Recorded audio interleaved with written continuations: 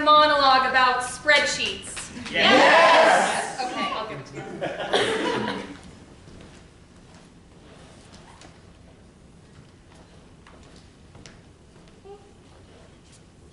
That night, I really wanted to paint you, or for you, or about you, maybe. But it was late, and I didn't have any paint or anything to paint on. And I was never much of a painter anyway, but it was just that I was in love with you. I wanted to mix different, beautiful things together until they became something meaningful and permanent.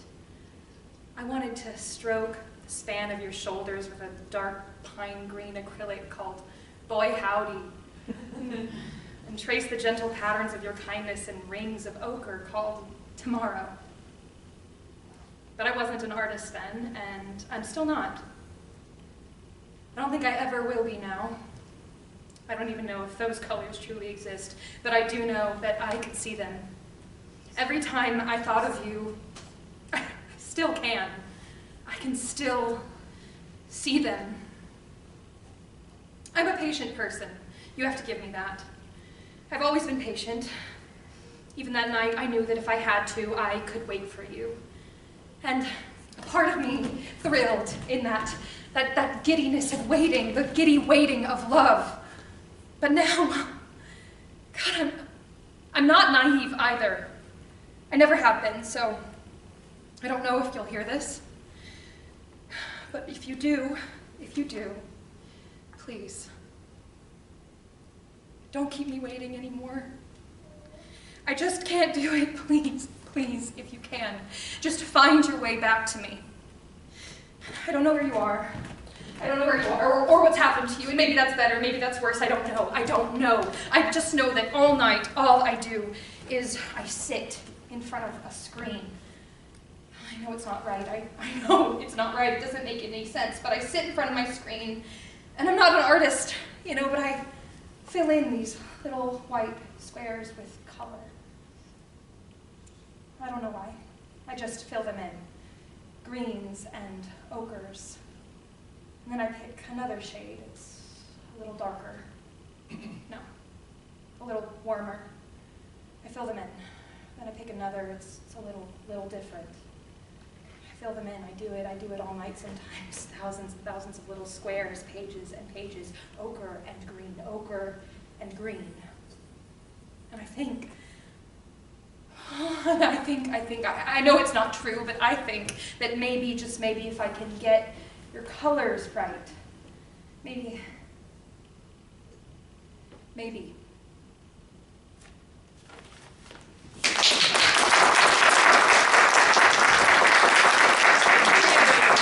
Okay, that was one tone. Now, how would you like to hear a monologue about the underground?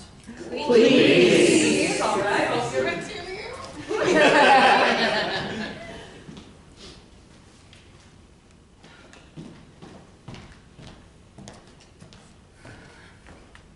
My dearest Lily, I doubt that you will ever read this message, but I want you to know that I love you with all my heart.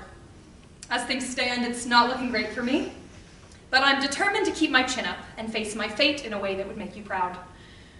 I'm not finished yet. I was thinking, do you remember that night that you wanted to paint me? I think about that night a lot down here. You were so beautiful the way you said it. You were beautiful the way you did everything.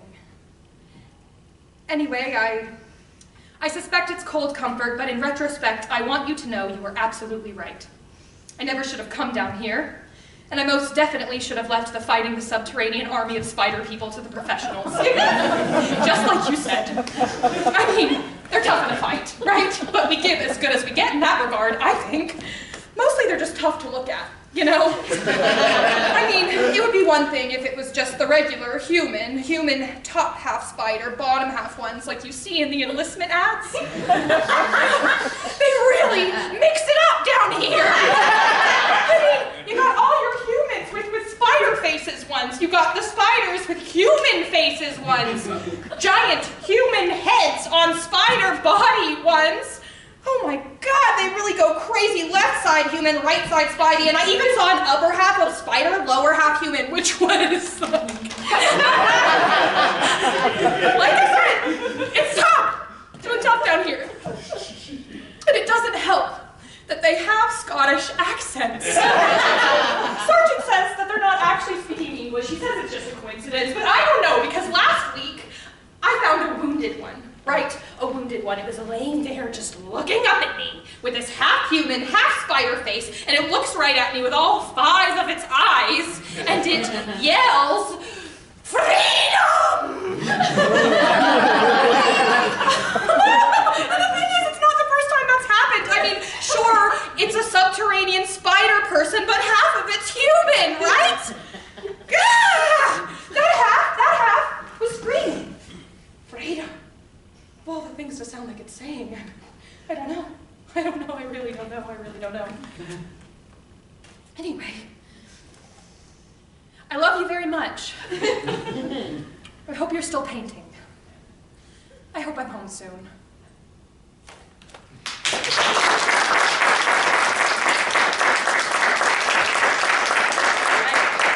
Underground, how about a monologue about a street in Knoxville? Thank you. Knoxville, you're welcome. Okay. I don't care, Grandma. I don't care. God, I didn't come back here just to listen to you and Grandma Carol talk about how much you disagree with the choices I'm making. It's my life, all right? God, look around you. The world is changing. That's what the world does, like, every day. I mean, this morning, I was telling Seamus McDonald, and yes, before you ask, Shaman is top half human, bottom half spider. He's from Asheville, where, by the way, it's absolutely normal. Anyway, I was talking to Seamus downtown.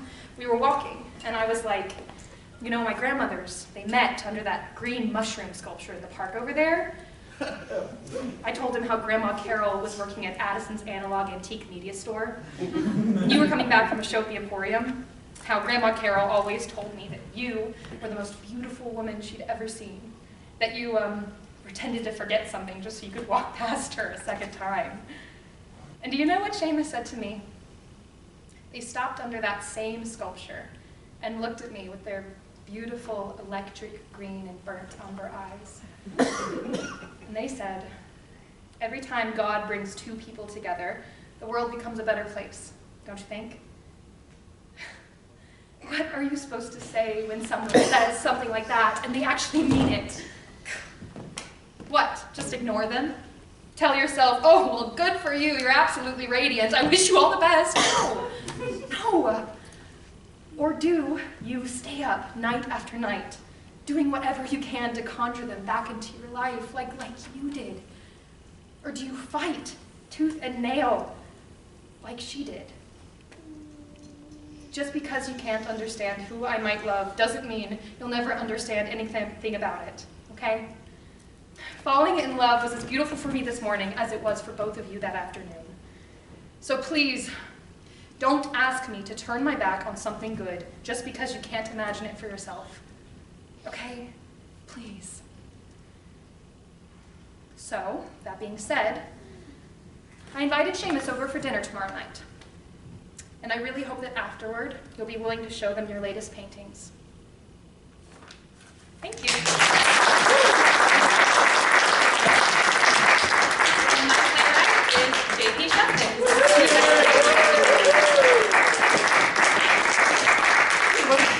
Just to be very quick, the organization that I want to speak up for is Keep Knoxville Beautiful. They're a wonderful organization that does a lot of incredible work around here, just here locally especially, making sure that our streams and our streets stay clean. They also do an enormous amount of work for local schools, making sure that they have beautification efforts all over the place. I think last year they did something like 122,000 tons of garbage was picked up for this organization, which is just unbelievable. 436, I think, is the correct number of different cleanup events. Thousands of volunteers. They're just a wonderful organization that's here locally. You can sign up just by going to their website. They're always looking for people to help. And so if you're interested in that or you're interested in donating to them, please consider doing that. Thank you all so much.